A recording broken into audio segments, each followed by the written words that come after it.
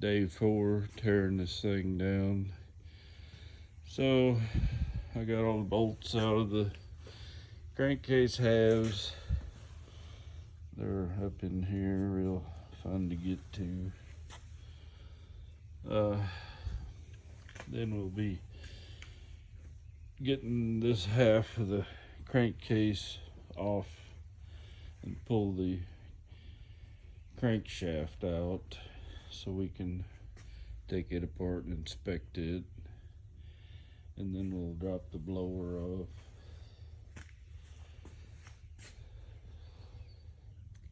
Here's some of the gears out of the nose case.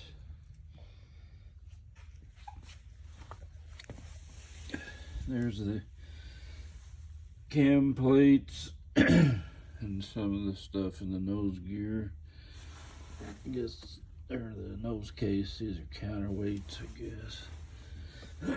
There's the bowl gear that all those planetary gears run in.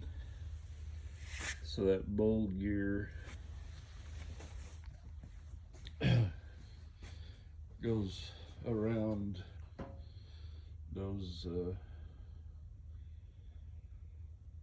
I guess they're called planetary gears. This is the nose of a 3350. Yours has 6 planetary gears, where this one has a whole bunch. And that's what the Curtiss-Wright R1820 looks like with the front half of the crankcase off.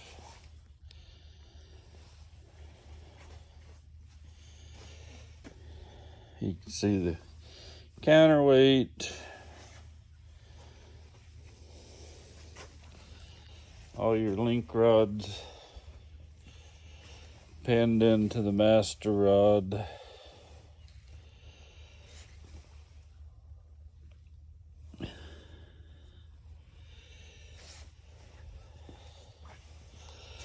I believe that's a thrust washer bearing.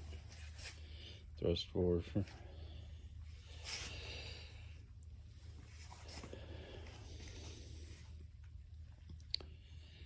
And we're getting ready to lift the crankshaft out and run out check, a proper run out check.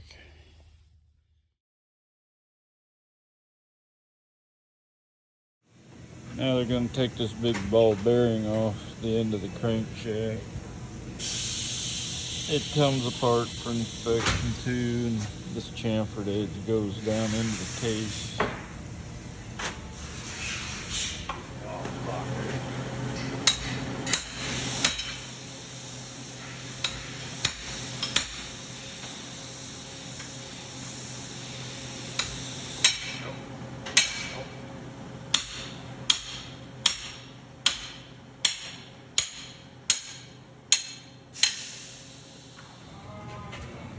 $4,000.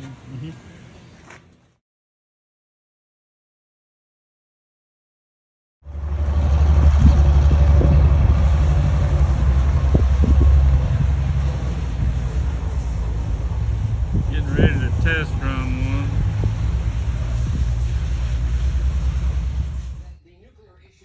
They did a run out on your prop shaft with everything off in the rollers. 0.5 thousandths. So that's a good one. Everything here I have Magnaflux, didn't find any issues. They tore the link rods out of the master rod, checked all of those for twist and everything's perfect there. The only issue we've seen so far with the lower end is the master rod bearing. Once we cleaned it up, the lead had some pretty good size pits, I guess you'd call them. So they're going to strip all the lead out and check the silver and then put the lead back on it. That's a pretty common procedure they do here, and that is the weakness of these engines is the master rod bearing. Those come apart and it blows up. So it's a good thing that you tore into this, because it needed that done, plus whatever was in the oil that caused the scoring on the upper part of the crank.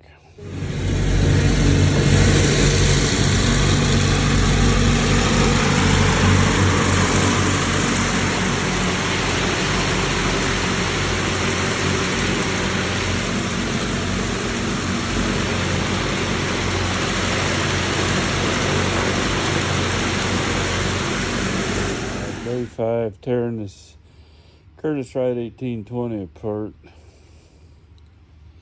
Had to remove the drive for the fuel pump, take off a couple of covers, a gun synchronizer. Then I can pull this rear case off, rear cover. Here we see the impeller.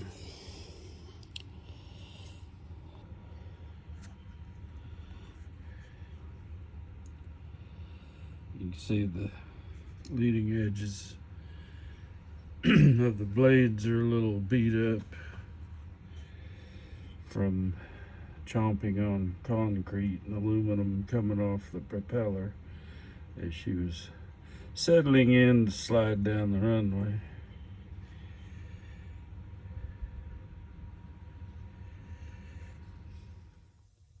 Here's the inside of the rear case to the blower. Got lots of gears and gizmos, and the shaft we have to check the run out on, and Magnaflux all the steel parts.